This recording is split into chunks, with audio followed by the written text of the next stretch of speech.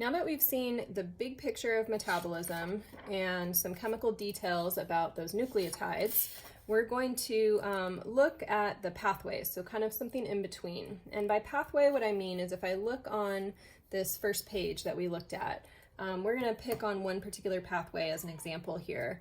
My monosaccharides, my glucose in particular, goes through the glycolysis pathway, so my glucose becomes pyruvate. Okay, it looks very simple here. This arrow is what I would call a pathway.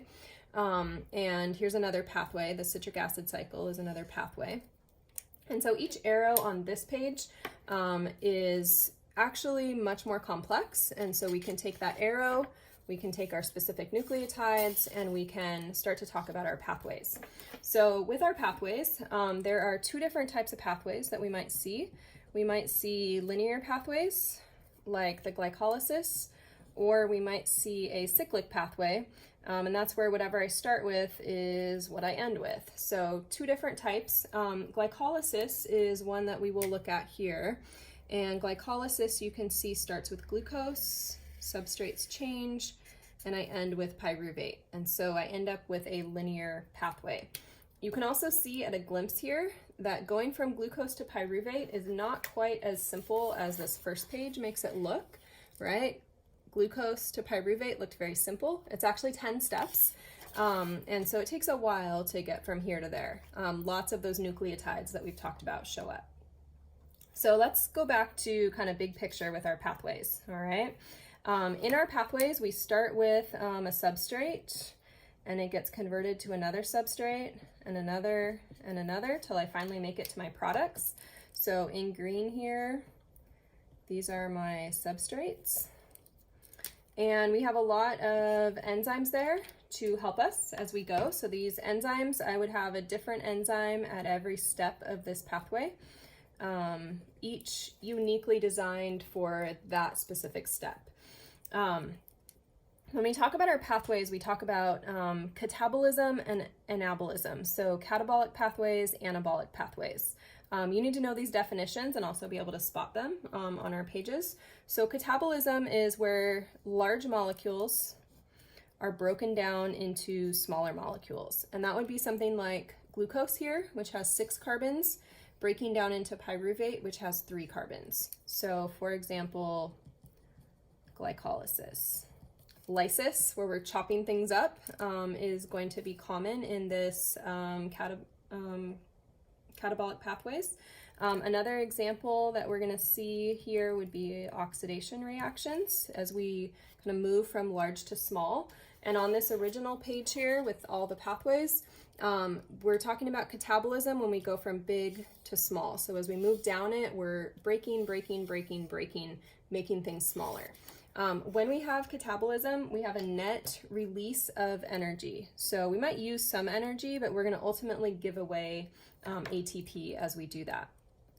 The opposite of that is not really shown on this picture, but that's where you take small things and you combine to make larger things. And these kind of reactions are going to be condensation, where I piece things together, or reduction, where I add hydrogens. The exact opposite of what I see here.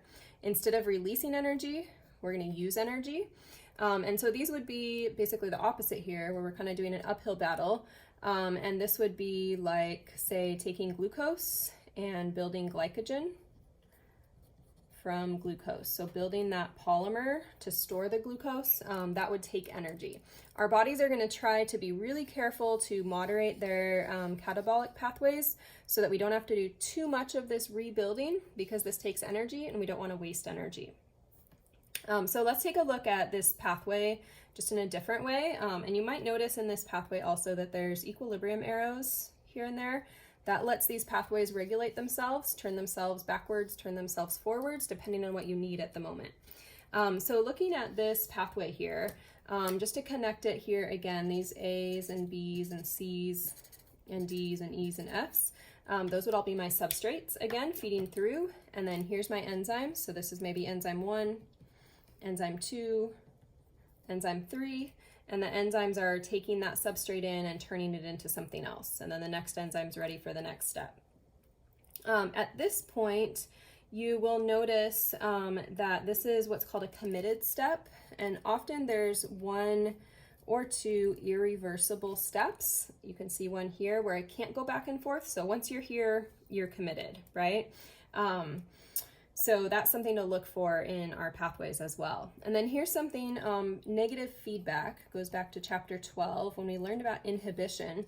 So if I have a lot of product building up, that product can go back here and maybe inhibit on this enzyme. And if you can think about for a minute, if this square comes here and fits in, is that competitive inhibition or non-competitive inhibition?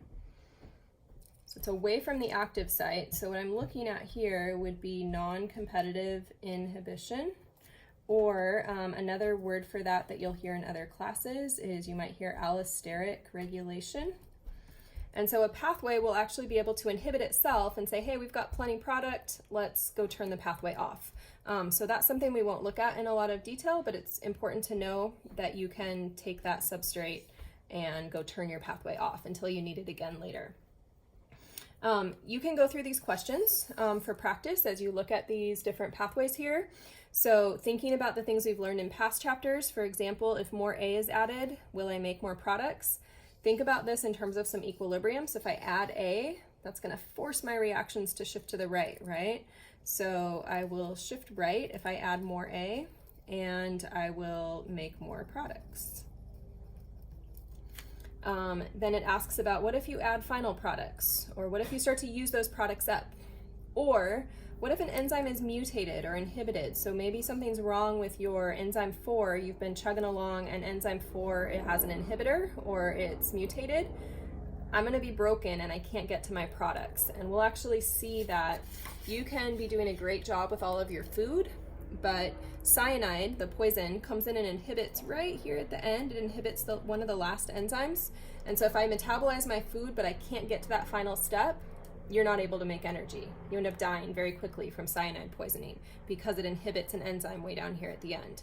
So one small inhibition at some point in our pathway has potential to slow down or stop that pathway.